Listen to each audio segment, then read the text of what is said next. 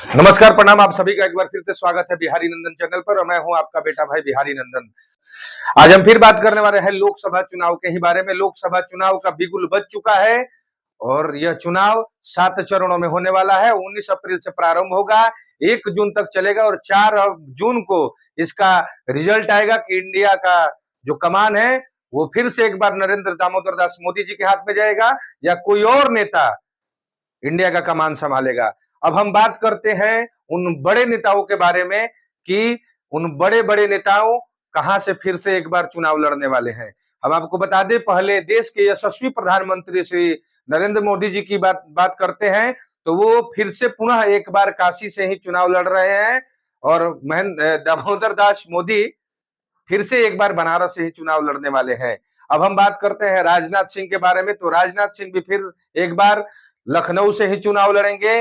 वहीं बात करें रवि किशन के बारे में, तो रवि किशन भी एक बार पुनः गोरखपुर से ही चुनाव लड़ने वाले हैं। रवि किशन जो कि पिछली बार वो गोरखपुर से चुनाव बीजेपी से लड़े थे और काफी अच्छे वोटों से वो विजयी भी हुए थे और वो पुनः एक बार पार्टी ने उन पे अपना विश्वास जताया है और फिर से उनको एक बार बीजेपी का टिकट गोरखपुर क्षेत्र से ही दिया है।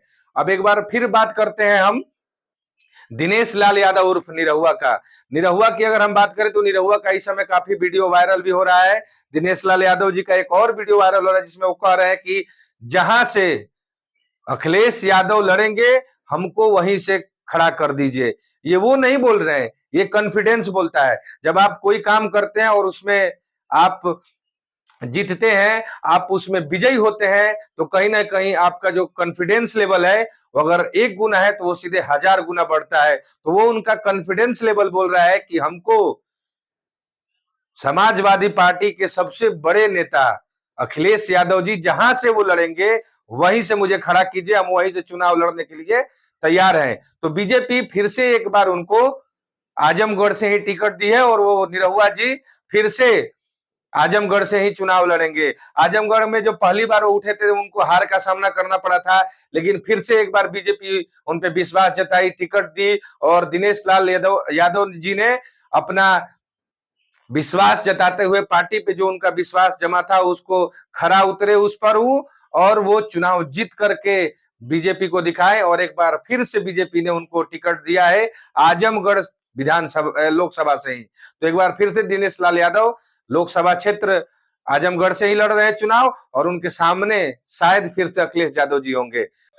चलिए तब दिनेश लाल यादव जी के बाद हम आते हैं हेमा मालिनी के पास। तो हेमा मालिनी को एक बार फिर से मथुरा लोकसभा से ही टिकट दिया गया है बीजेपी से। तो हेमा मालिनी जी फिर से एक बार मथुरा से ही चुनाव लड़ेगी। तो ये कुछ दिग्गज नेताओं की हम बात कर रहे थे। जैसे ये हो गया वीवीआईपी सीट जिसमें नरेंद्र दामोदर दास मोदी जी बनारस से चुनाव लड़ेंगे, राजनाथ सिंह जी लखनऊ से चुनाव लड़ेंगे और रवि किशन जी गोरखपुर से लड़ेंगे। रवि किशन शुक्ला की हम बात करें तो भोजपुरी के एक बहुत बड़े नाम है। भोजपुरी जगत को अगर आज कोई मुकाम हासिल है, भोजपुरी जगत अगर आज यहाँ खड़ा है तो उसमें कहीं ना कहीं रवि किशन शुक्ल का और मनोज तिवारी मृदुल जी का हाथ है, जो कि भोजपुरी में आज लोग बोल रहे हैं कि हम ये स्टार है, हम वो स्टार है। वो सबसे बड़ा स्टार मनोज तिवारी मृदुल और रवि किशन जी, कोई किसी से छुपा नहीं है। तो रवि किशन जी एक बार पुनः गोरखपुर लोकसभा से चुनाव लड़ेंगे। वही हम बात करें तो रितेश पांडे की एंट्री हुई है जो कि अंबेडकर नगर से चुनाव लड़ेंगे। उसके बाद दिनेश लाल यादव जी आजमगढ़ से चुनाव लड़ रहे हैं। तो ये भी वीवीआईपी सीट हुआ। आपको हम ये भी बताएं कि जो हमारे राजनाथ सिंह जी हैं वो लखनऊ से चुनाव लड़ रहे हैं। तो ये बीजेपी के जो वरिष्ठ नेता हैं, जो वीवीआईपी सीट है, ये वो सीट है।